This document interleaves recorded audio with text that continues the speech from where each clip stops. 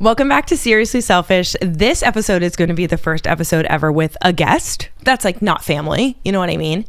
I loved recording this episode. I loved this conversation so much. Today, I sat down with Steve, aka Husband TikTok, who is just like iconic, honestly. I felt so inspired by his love for TikTok, first of all, which it just came off so authentic. He just freaking loves TikTok and he loves being part of the TikTok world, the community, all the things that have come from it. But ultimately what I took from him is just his groundedness and love of family and being able to balance everything while also following your dreams. And I think that meeting someone who's kind of doing something that's a little out of the box and maybe almost unexpected from them. He's a dad, he has a normal job, he's just like doing his day to day and has this little dream on the side. Sitting in his presence did something to me where I was like, anybody can do anything that they want to. It's something I truly believe, I know is a fact, but to sit next to somebody who is actually walking, talking, and living that, while also knowing that the most important thing in his life is what lives in the walls of his home, inspired me a lot. And I hope you take away nothing but joy, happiness, and a few laughs from this conversation, because I know I did. Enjoy. Welcome to Seriously Selfish. I'm your host, Amanda Talajan.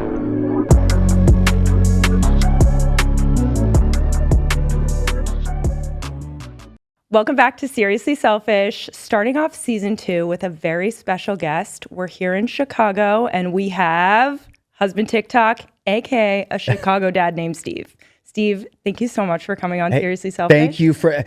Am I your first guest? Is that right. Okay? My first guest that wasn't family. Okay, yeah. Nice. I feel like we're family though now. Yeah. So okay. Thank you for coming out and doing this. This Absolutely. is like a big treat for me. So thank you very much. Same. I feel like the first thing I really want to know and the people want to know is like, how did this happen? Okay. Well, I will say I'll start back like when right before COVID, Melly, my wife, my beautiful wife Melly. Hi. We love Melly. Yes. She actually bought me like the entry level beginner level 1 to Second City, which is this improv school here in Chicago. It's a feeder school into Saturday Night Live. Like all your Saturday Night Live favorites have been through Second City. She's like, hey, I think you'd really enjoy this. And I'm giving you as a gift, either for my birthday or Christmas, something. And I really, like, I loved it. Loved it. Okay. So and then I joined this improv group, and then we had this like standing like Friday and Saturday show. It was called Farm to Table. And it was great. And I spent almost 2 years there.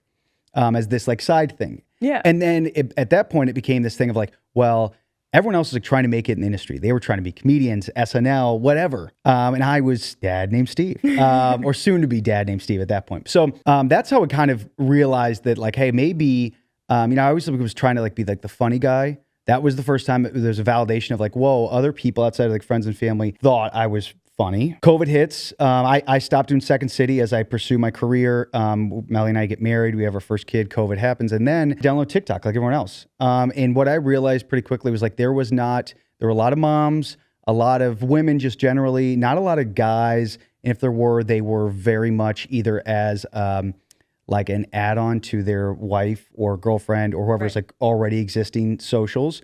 Or they were, it was like a mom and dad or family. There's not much just dad solo, and it started from there, and that's really how it started. Took like the dive in. I took the dive in and kind of played around with it, trying to figure out what this thing is, and then I made like a dad video about something I can't even remember, and it like took off, and I'm like, oh, okay, there is this little audience here for something. It just kind of took off from there. So like found the pocket for dad content, kind of started to find your voice. Yes. And then from then to like your first kind of like viral video, let's say, that started the trajectory of kind of the bathroom dancing videos. What was the timeline there? Oh, it was a while. Like again, we're talking beginning of 2020. I was a consumer of TikTok. Maybe I started putting out a couple videos here and there. Maybe towards the end of 2020, I started really posting. I think it may have taken me a year to get to 10,000 followers. Okay, see. And then once I hit 10,000, it scaled up, and then 50, 100, and then even before this year. So we're talking November, December of 24. I had about 225,000 followers, which was a very, very nice amount that I had grown slowly but steadily since really like maybe the beginning of 21. That's a really good like growth pattern. Yeah, it was just nice. It was slow. We were getting, so Melly was running the business side of Husband TikTok. We were getting deals. Nice. Maybe 5 to 6 deals a year. And that was it. It was just this little, not little, but it was just a fun thing. Some people knew who I was. It wasn't like a huge thing. Most friends knew I posted on social media. None of my neighbors knew. A couple of people at work, and that was kind of where it was. I got recognized like a handful of times, and it was so crazy that even at that, I was like, that is nuts. Right. But that's where it was, and I was really comfortable with that until this year. And the first one was kind of the Landon stuff. The Landon stuff, yes. And so we've got 4 kids. Yes. 6, 4, and twin 1-year-olds. But a year ago, Iconic. those twin 1-year-olds were about, so their birthday's November 1st. Mm-hmm. So Melly and I had 6 weeks of paternity. Melly stays at home with our children. But we were in like the dog days of twins, and the first 6 weeks, and Thanksgiving break, so the kids are off school. Right. Christmas break, the kids are off school. You're trying to keep the twins sick free. And the kids are bringing home everything. They're licking every, Right. I'm just like, oh my God.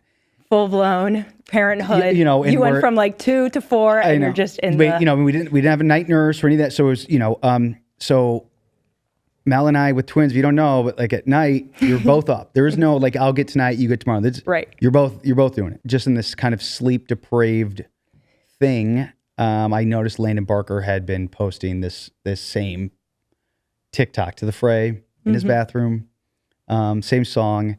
And so I just mocked it a little. I said, it's 2025. Landon's still doing this. I had one of the twins strapped to my chest. And I made it on Christmas Day, and it exploded. And it was from that day that it just took off. Were you surprised?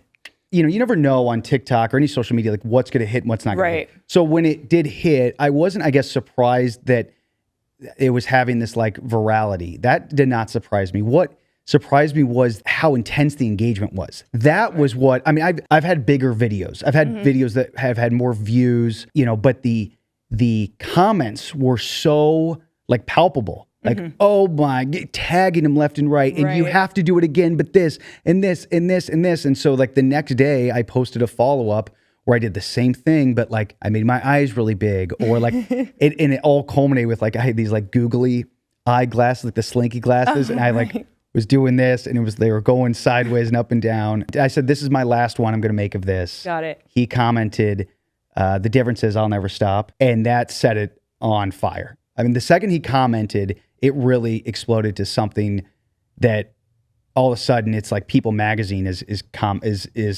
messaging me, and Fox News and all I'm like, whoa. Turned into a whole thing. And what's even more hilarious is that, Melly's not really famously online. She, it's not an act. Okay. Except for her Top Gum video. I know the Top Gum. I know her humor is peak. Her humor would crush on TikTok. She's just, she's just like, and I remember after like this week of kind of these, and like friends are texting, all these things. Melly, we were in bed one night. She's like, okay, would you mind explaining what's going on? I'm like, okay, here it is. Kind of on, she's like Landon Barker, Travis Barker's son, this whole thing. Right. Yeah. Yeah. I know. That's so funny. I feel like what you did very well is something that I think people try to do, but don't always accomplish, which is this idea of engaging their audience and making them feel like they're a part of what's going on. Thank you. Yep. Without this, like, I need it. Because like I've now, like before we were going to have this interview, I go back and I look at everything and I'm like, it's just funny as hell.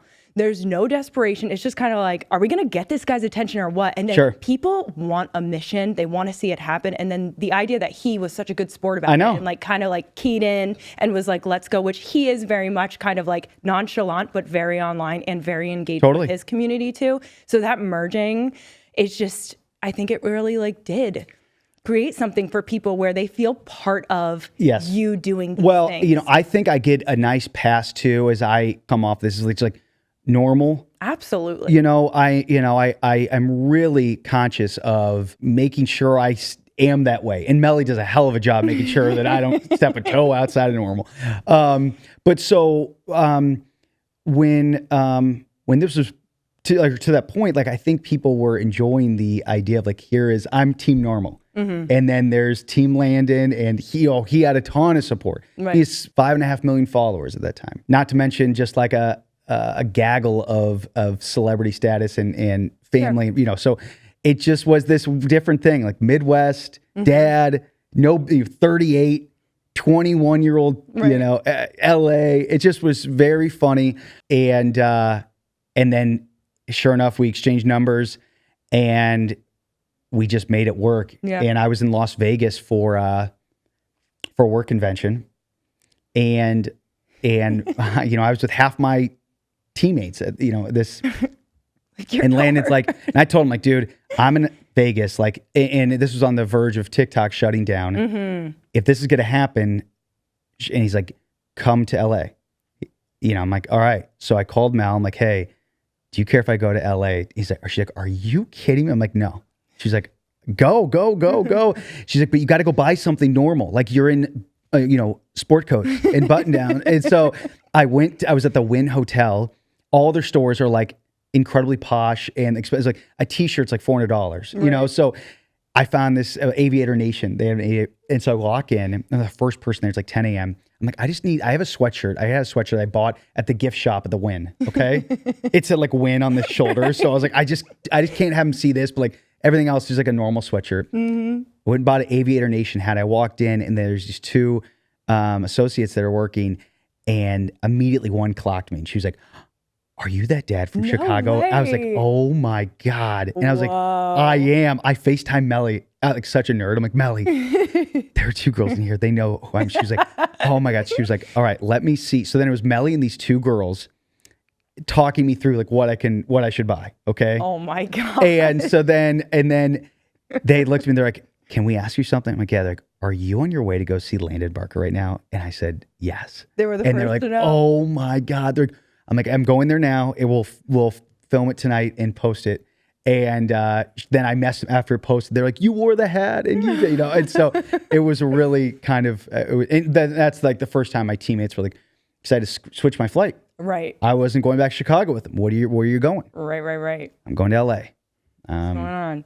That's so funny. So like to your point of normal, right? Yep. I mean, you're living your normal life. This crazy thing happens. Yes. But even to this day, I feel like I see a lot of people ask you often of like, has your life changed so much? Sure. Yep. And has it? No, I mean, listen, yes, it's changed in that Melly and I have been afforded a lot of cool opportunities. We've got to meet a lot of really cool people. Whether it's celebrity status or just normal people we meet, saying hello, that has been really fun. Some brand deals have started to come about, which has been great. Sure. We have 4 kids. We use all the dollars we can get. Yep. But outside of that, no. I mean, like, our weeks look exactly like everyone else's. I will go to work on Monday. I was with the Jonas Brothers on Sunday night. I took a 5:50 train a Monday morning downtown, and was up at 2 a.m. probably with a baby, and was changing sheets because someone wet the bed. It's just no. In that sense, no, nothing has changed. I would say that our schedule is just tight. It's like, it was a little. I mean, you think 4 kids, how could you have much flexibility? But we do. I mean, you did. Yeah. And now it's like, listen, this is exactly what's going on. I'm here. You're there. So like, I would say it's forced our communication to be really like kind of rigid and like where we're going to be, what we're going to be doing. Right. It's almost like this hobby just took on its own life. Yeah. But at the same time has become a financial opportunity for your Sure, family too. Sure. But as far as like the day-to-day things, like I think I'm curious, like, do your coworkers know? How do they feel about it? Yeah, that's been interesting because 550,000 followers on TikTok is a way different level of engagement, and the growth was much faster. We were not used to it all. But with that came this thing of like, other people knowing who I am now, Right. in our own personal world, aka coworkers. Yes. But there's still a lot of listen. There's a lot of people that don't know that I interact with daily. They have no clue. You know, and I know people think that's BS, but I promise you, you know, it happened the other day. Our son does taekwondo, Okay. and I took him, and there was a mom there that we just like, you know, friendly, you know, just you talk with her, oh, what are you doing this weekend? And I said, Melly and I are going to a Jonas Brothers concert. Mm-hmm. She's like, oh, that's so fun. Following week, I came back to taekwondo, and she was like, oh my God. It clicked. She was like, you were, she's like, can I ask you about this? I had no idea. And then I saw you in the video. I couldn't believe it.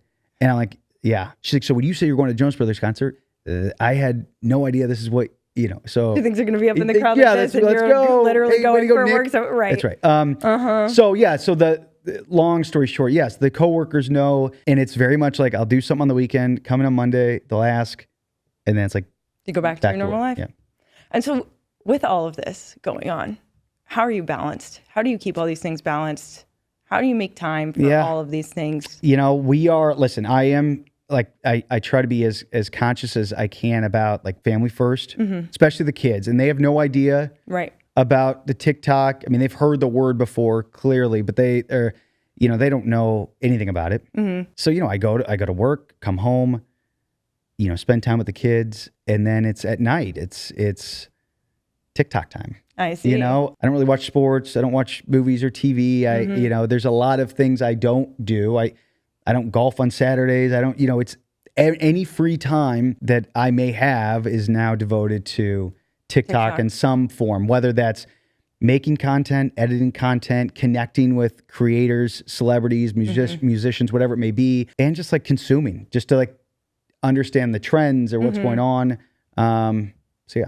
So it's just become this whole other facet of your life. I think it's so funny because since becoming a mom for me, I've noticed that I feel like I actually have, I know this can sound crazy, but like more time in a sense. Sure. I don't, but my time is so much easier to manage because I feel like, you know, you have your relationship, you have your children, and what they need from you is non-negotiable. So you give those things. And then those pockets of time that you have left, for me, I've turned to this idea of being more productive with those pockets of time because it does make me feel more whole as a person. So I think I was a little bit more lazy before. Oh, 1,000%. And so this keeping it moving, it's like that idea of body in motion stays in motion. So it's like you have your job, you have this time with your family, and then that time that maybe you would relax, it actually becomes more relaxing to engage in this fun thing where you're connecting. It certainly does. And to your point, with that pocket of time previously without children, it's this idea of like, well, I'm not going to do it now because I've got this infinite amount of time to do it whenever. With kids, you know, I have this pocket. I have to do it then, right? It's not only is it a fun thing to do, but at other times when there's stuff that has to get done, it's like, listen, you've got this window here to get it done. Right. You don't get done, it's another 24 hours before you get that same pocket back. You got to knock it out. So certainly was much lazier previously. I think it's just like the ability to be. Like everything feels so much more fluid. Like you can just, doing it tomorrow doesn't feel as stressful. Right. So how does Melly really feel?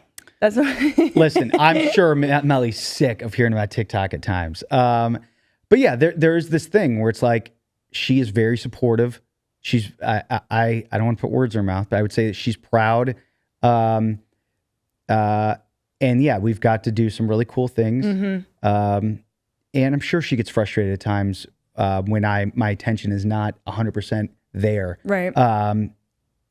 Because whether it's work, TikTok, kids, whatever. So I try to be as, again, conscious of that as best as I can. She also knows it's an opportunity.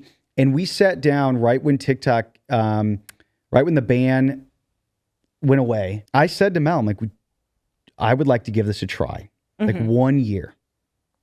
We had some management companies reaching out, a lot of brand deals, and then just other, like side things popping up. I told her, like, I would like to try this for a year. And the signal was like, there's going to be weekends where I'm going to fly to LA. There's going to be times when, anything like that. Basically what I'm describing, like the free time I have is going to this. Right. And she was like, yes, do it. Let's give it a year and see what happens. I think it's gone well. I think it was a good investment of our time.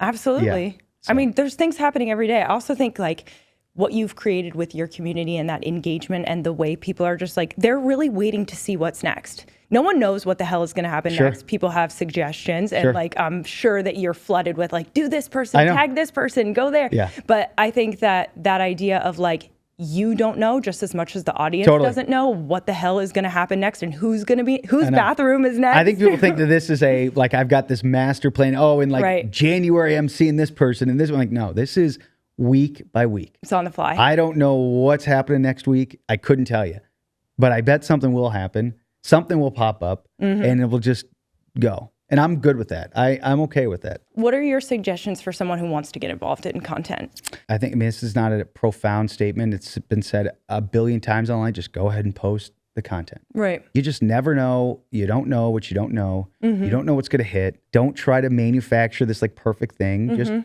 Just do it. Yeah.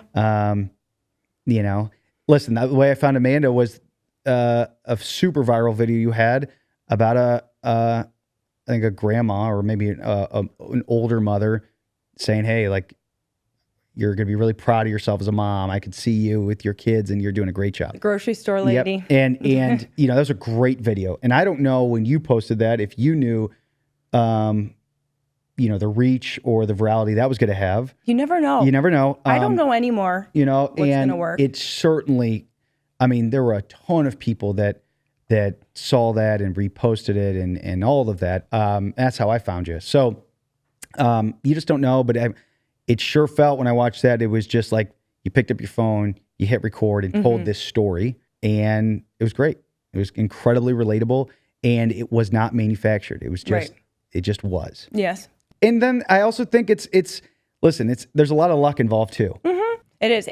I think that the way that I view content now, because now it's been like 2.5 years, I feel the same way. I think it's like you just start out, you go for it, you try. And then little by little, you start to see, you find your voice and you see how it resonates. And you then just like carry on. I think right now we're in a time of content creation where I see a lot of moms trying to create that extra income for their family. Because you can be home with your kids. And it's nice, you know, you can be home with your kids and you are able to, you know, kind of document your life in a way and share your experiences, which are very relatable. But it's always kind of like, I think people see what can happen and it creates this very big gap between where you are and what could be. I know. But I think no matter how far you get into your content creation journey, it still feels like there's so far to go. It's kind of one of those things that it can be huge, but you don't even realize when it's gotten to a point of massive nature. Like you don't see it. There was this huge gap between where I started and who I saw. And that gap has shrunk a little bit. I'm like, oh, well, I'm a lot closer to these people now than I was ever. And it's like really made me hungry to keep going. And, you know, when I don't want to edit it or post it or do this, I'm like, I feel like I'm so close to this like another level here. Yeah. Which could unlock just so much more. For sure. And opportunity for Mel, me, and our kids that I just want to keep going for it. Yeah, because that's your why, right? Like the family, kids, the opportunities, like even all the moving around and stuff. I'm sure it just is that idea of just like bringing something extra in.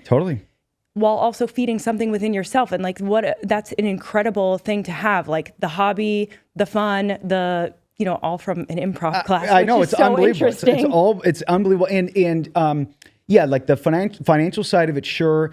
But then also like you know, I would love for my kids to be like really proud of something I'm putting out there. Right. You know, and even like, hey, they're going to be really embarrassed that their dad's dancing, you know, but in like a fun way, you know, it's just, I just know when I'm older, I would love to look back at this time and just be like, I really did it.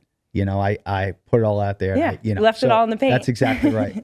You know, I get all how do you manifest this? How do you manifest this? Or, you know, I don't know if it's manifestation. It's just asking if someone would be willing to do this. And if no, it's like, if they are, great. It's not like I'm sitting here with like a voodoo doll and like, you know, or like rubbing like crystals together. I'm just asking. I have someone in mind asking if they'd like to do this, and if they would, great. And if not, that's great soundbite too. Steve's at home rubbing crystals That's together. Right. Nom, nom, nom, nom, nom, nom, nom, nom, nom, nom. Justin Bieber. Right. Nom, nom, nom, nom. Come through. That's right. Right. No, I know. I think it's funny because I'm big into manifestation, like writing things down, having all the I'm a little woo woo. Okay. But I think that there's a common misconception about manifesting things in your life, which is it's not just about what you think in your mind or what you put down on a piece of paper. Okay. There's an action that needs to come from that. And the only way that all of those things work is you put yourself in the right kind of mindset to then believe that you deserve it or take the risk to see if you do. Act as if. Yeah. Yes.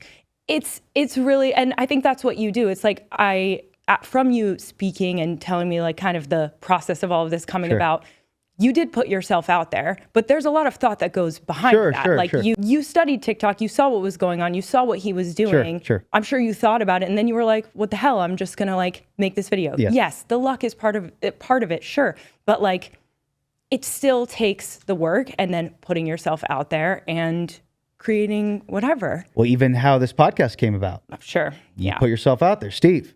You made a TikTok. Said I would love to come to Chicago and make it. To be fair, I was copying you. Yeah, it's great. I sat on it for a few days, and I was like, you know what? Because and I was telling my husband, I was like, I don't really do that. I have all these ideas, and sometimes people will follow me or like a video, and I'm like, I should say something, and I'm like, no, don't be that person. But then I'm like, what person? And then I was so inspired by you, and I'm like, Steve is out here tagging people, being like, what's up? Totally. And I'm like, okay, I'm going to do this. Yeah. And I mean, thank you so much for the way you were so responsive and stuff. It was great. You're very nice. And I was like, this just, it really filled my cup. After I was like, whoa, I felt like I took the risk. It was worth it. But all those things can't come together because it's two people willing to have that happen. So, but even if you would have said no, I think I still would have felt very much like, hey, I took a fucking risk. That's right.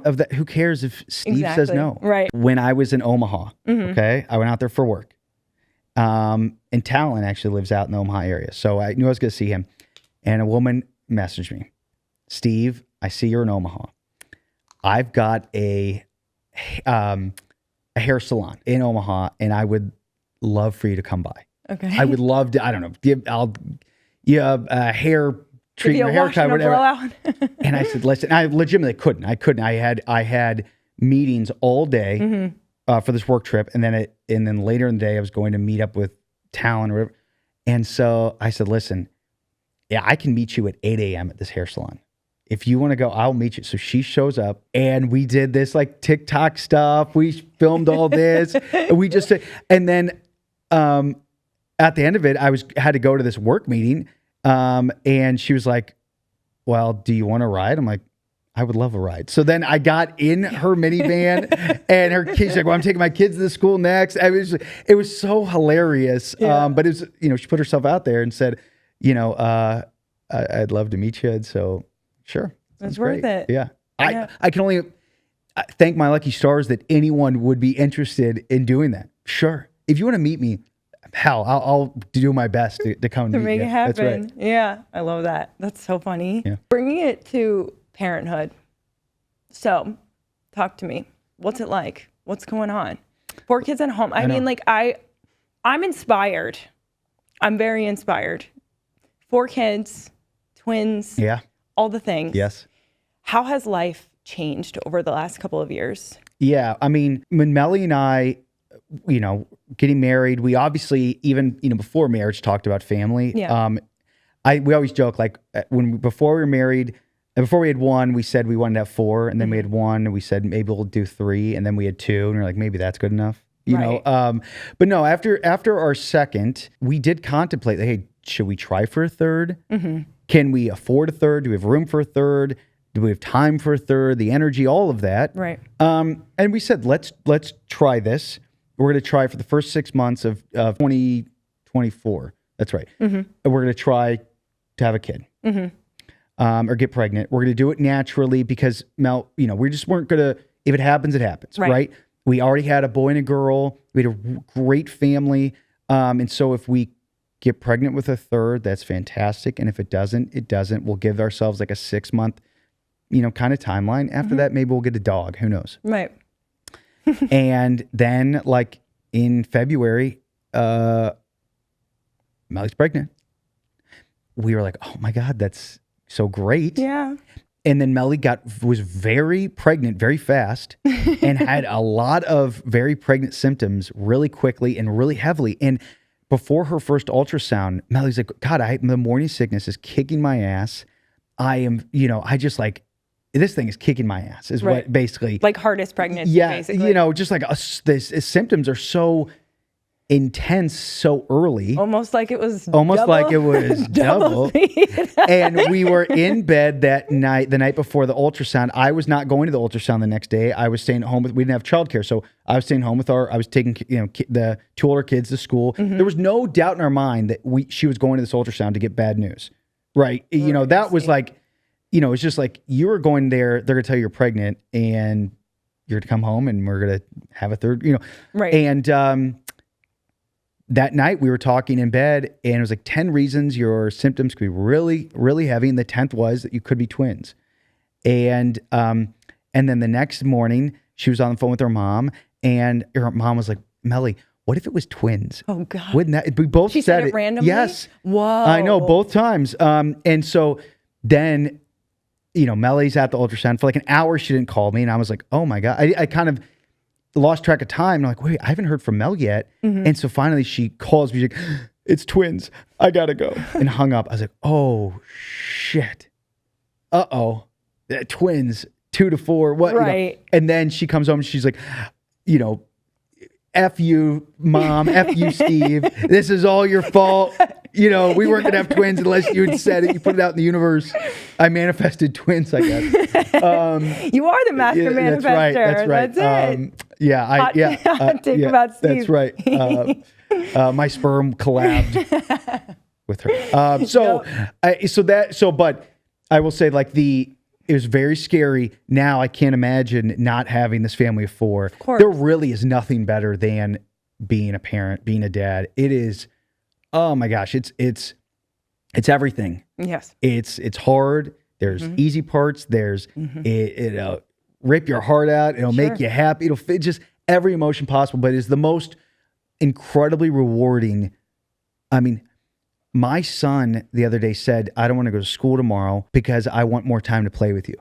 And I was like, out of nowhere. Right. I'm like, dude, it just, but then like, and then like smacked his sister in the head, like, 10 minutes later. Totally. No, it's really that. Like I always say, it's like the highest of highs and the lowest of lows. Sure. That's just like the wave. Like ever since I had my son, I'm like, wow, this is the craziest pendulum of emotions that I have ever experienced in my life because it's exactly that. Like 1 minute, you're just like hugging me and kissing my face and like just like being so sweet. And then the next, it's like, you gave me a bloody fucking nose. I know. And that's crazy that those little hands can do that. Yeah, it is. It's wild. I always heard that 4 is a very balanced experience though. I don't know if because the twins are so young right now, but I heard it's just like. Maybe. I mean, I think, listen, what Melly and I, or maybe I won't even speak to Melly, but I struggled very early on of, yes, it was tough. It was tough to manage 2 babies at one time. That was tough. But like that hard is like just a mindset. You can get through that. What I think was the most difficult or thing I was most didn't realize was going to happen is that giving your time, allocating your time to the 2 older kids, making sure they still had your attention. And in those first few weeks, I mean, you're very tired. The babies need all of your attention. And when they're sleeping, you're trying to claw back some rest or just downtime, anything. You got two older kids that are saying, Mom, Dad, play with me, do this, So that was tough. That was probably the biggest like hurdle, and that was like emotionally kind of draining. Like, God, it's selfish. Like if I do not get some rest right now, I am not going, how am I going to be up in the middle of the night for these kids? But if I get rest right now, these 2 kids are not getting the attention they need. So that was a tricky thing to navigate. But we found our groove after a few weeks, and it's still something we're we try to get the babies to bed so that at nighttime Mel is with one of the big kids, I'm with the other, and reading the books, giving them alone time, focusing. Doesn't always happen, but we try to make a really conscious effort of doing that. Yeah, absolutely. I feel like it's just like finding that rhythm. Because I mean, it's not a dog. You're bringing home another person or two other people. And so then you kind of have to find that shift. You have to shift again and like rebalance the energy in the house because it's, two new bodies. Yes. It's a lot. I know. So what's in this era of being a father of four, what's like one of the funniest experiences you've had or stories you have? Every day is like this rolling thing of just like comedy. I mean, like I was going to make a TikTok about this, but yesterday we had one of the twins had 103-degree fever. One twin slept like an angel. One kid wet the bed, and the other kid woke up and asked if it was Christmas. And I'm like, and I was like, what the hell is going on here? Just like, and that is every single day. Right. You know what I mean? It's just like, whoa. And so, there's just been so many things like that. And you're just like, this is hilarious. Yeah. And it's really made, I think with the two older ones, we were more like kind of type A parents. With the twins now and the four kids, we've had to really kind of, we're just need to be hands off a little bit here. Like just trust that the 6 and 4 year old know what they're doing. We don't need to hover every 2 seconds. And it's afforded us some really funny things to happen. But yeah, every day is just a new set of something. I'm sure. Especially because, 6 and 4, it's like they're probably asking you a lot of questions. Asking a lot of questions. All the time. So it's like your brain is just like bouncing from like wanting to answer to also like, what are you talking about? Our son the other day said, do you know who watches over us? And I didn't know where this was going. Right. I said, who? He said, God, Santa, and demons. I'm like, oh my God. I'm like, what? Where that? I'm like, who told you that? Where are you hearing this? Okay, because like, what is going on? And then, so I'm like, okay, that is really fucked up. But sure, we'll go with that. God, Santa, and demons. Demons, that's right. I'm like, oh, okay. Good to know. All right, buddy, let's unpack that a little. Sometimes, like when like kids say stuff, I'm like, do you know something I don't know? Seriously. Like I genuinely wonder, like my son does this thing where he goes to one corner of the house since we moved into this house a year ago, and he'll go over and he'll be like, hi.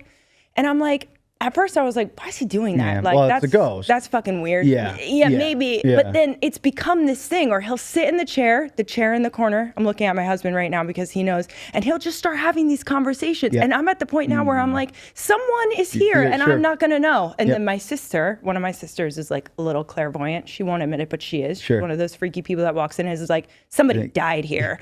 And so she's like, something happened here. I said, I don't want to know, and I don't want you to tell me. Right. You and my son can just have that whole little thing. But it's stuff like that where I'm like, what the fuck? And then I'm like, you know what? Whatever.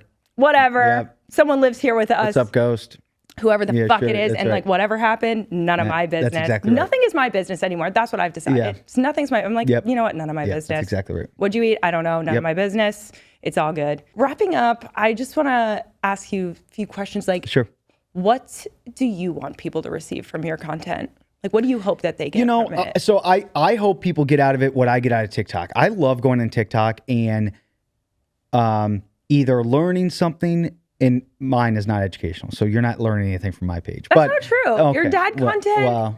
Your dad content is great. Well, thank you. I think people are learning from that. And also you have had your viral, the Good Mom video. Good Mom Project. That's right. That has definitely, that is really inspiring. Thank you very much. Thank you. I just want people to go and have fun. That is, I mean, there is, the world, life can be heavy at times. And I feel at times that the only news we get is this the worst version of everything. Yeah.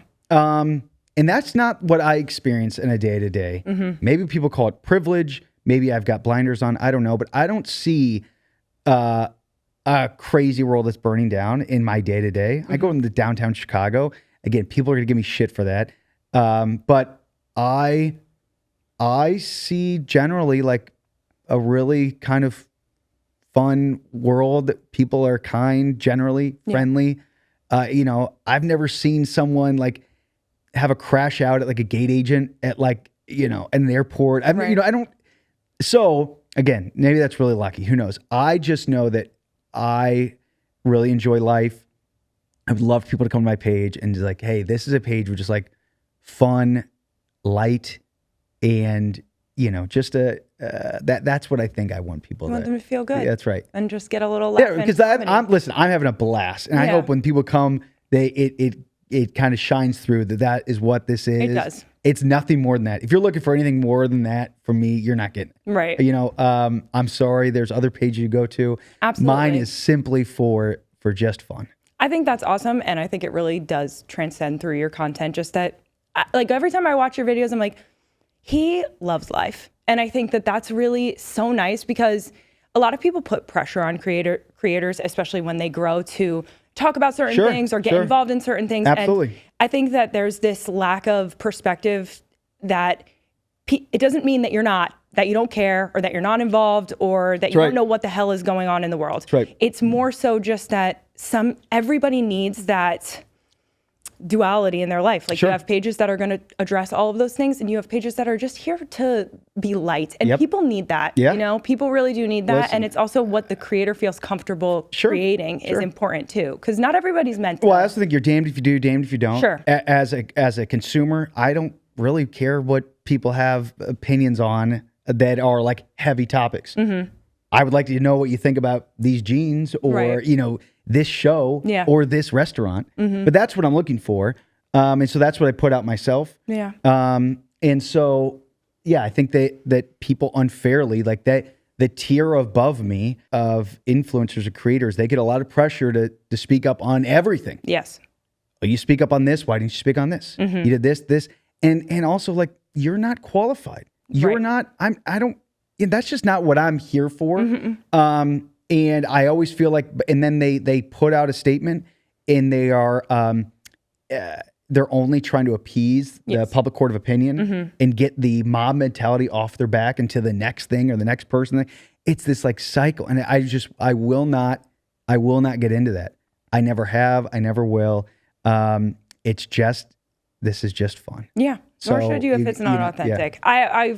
I'm at this point where I'm like, there are people who I know are going to speak about everything and there are people who aren't. And I also think that I'm always so sad for the people who feel pressured to get involved in certain things that they clearly don't feel comfortable getting involved in. And I think it always just dips the content. It's like people are always going to ask me crazy shit. Talk about this, talk about that. And I'm like, I don't know anything about that. That's right. And I also think that like, hey, crazy, but people have boundaries. People have boundaries in their content. Like, that's right. You don't talk about your kids really. That's right. Like, you don't name your kids in your content. Yep. You don't really discuss certain things. Sure. And like, it's very evident that you have boundaries around your children when it comes to content. It would be really fucking weird if people are like, what are your kids' names? Well, like, also, that's all bizarre. Also, I'm the only one in my family who signed up for TikTok. Right.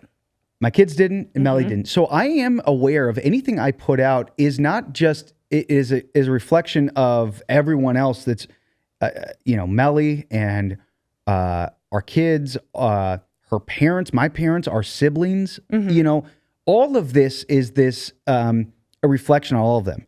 And you know how crazy the internet gets. The second I do something, say something, they are getting it too. Oh, yeah. And that's not fair to them. So the boundaries is right. Like, we don't show the kids, we talk about them broadly, generally. Of course. I try not to share things that I think that will really put them in a bad spot later on down the road. Absolutely. And I've got a job. I've got a career. And I'm conscious of what I put out, knowing that people at work see my content. Yeah. And that I'm in a leadership position at work that I need to respect. I would hate for there ever to be a conversation at work like, hey, Steve, why'd you say this? What was going on? Right. Not that they would, but I also want to make sure that I don't put them in a position to have to do that. So it is this conscious thing of like, this is my lane.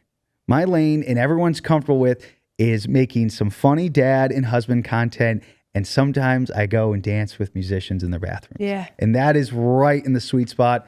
Love it. Yeah. But you're right. It's like the family effect as well. Because people, I think when you're just a consumer and you don't create content, you don't realize like how quickly things can go off. Sure. I made a video one time with my dad because his thing is that he always, when I'm at my parents' house, he's always like, where's mom? He could know exactly, but he's like, where's your mom? Where's your mom? Where's your mom? Sure. And it was a really funny video and like super lighthearted and super relatable as well because also my husband asks people where I am all the time when I'm in the same house. Like it's just a thing. I know. And so everybody was very much relating. And then people were like, a parent reveal. So then I asked my parents, I'm like, do you want to get involved in this? Because this video hit a fucking million views. And like, that's so crazy. Sure. And they were like, yeah, we do. And so they're like standing there posing, you know, whatever. And the comments were flooding in and it was all very positive.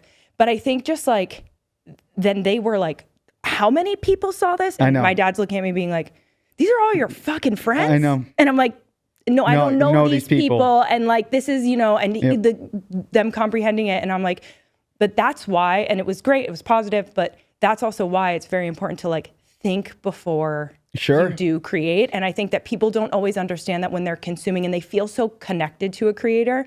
I was talking to a friend recently and, I was saying, you know, I do have boundaries around my content. She was like, well, what don't you share? And I was like, you know what? I love that you said that because that makes me know that I'm doing a really good job of being super real and vulnerable. But like, God, I could list 100 things that I don't share and that I would never share. Listen, I could, you know, not only would my page grow in following, but also monetization if I showed my family constantly. If they turn into a family account, the thing would explode. Sure. If I talked about sex and religion and politics, it would explode. Yeah. Right. If I took off every guard I have up and really, and you know, it definitely would.